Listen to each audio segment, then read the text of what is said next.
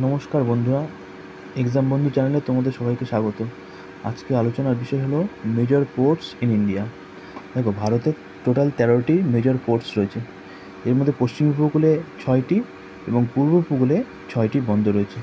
পশ্চিম উপকূলে 6টি বন্দরের মধ্যে পাঁচটি বন্দরই স্বাভাবিক প্রত্যাশাযুক্ত বন্দর বা ন্যাচারাল হারবার। অন্যদিকে এই কান্ডালা পোর্টটি, যেটি গুজরাটে অবস্থিত, এটি একমাত্র টাইডাল পোর্ট।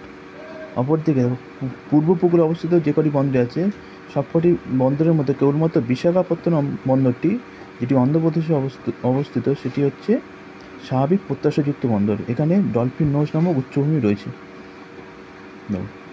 কলকাতা বা হলদিয়া পোর্ট দুটো আলাদা পোর্ট, কিন্তু দুটোকে একটা হিসেবে গণ্য করা হয়, যার বর্তমানে নাম হচ্ছে শ্যামাপ্রসাদ মুখার্জি পোর্ট। এটি হুগলি নদীতে অবস্থিত। নেক্সট, পারাদ্বীপ বন্দর উড়িষ্যা রাজ্যে অবস্থিত।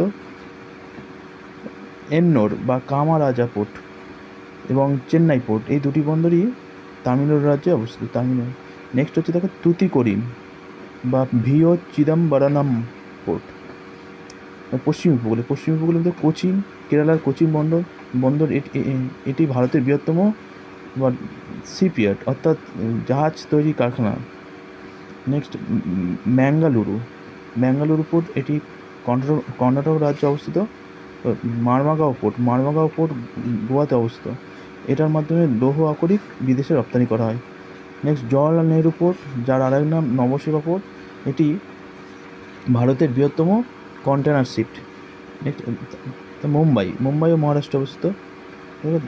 কান্ডালা পোর্ট, যার আরেক নাম দীনদয়াল পোর্ট। এছাড়া আরেকটি পোর্ট হচ্ছে পোর্ট ব্লেয়ার, যেটি আন্দামান নিকোবর দ্বীপপুঞ্জে অবস্থিত। Thank you.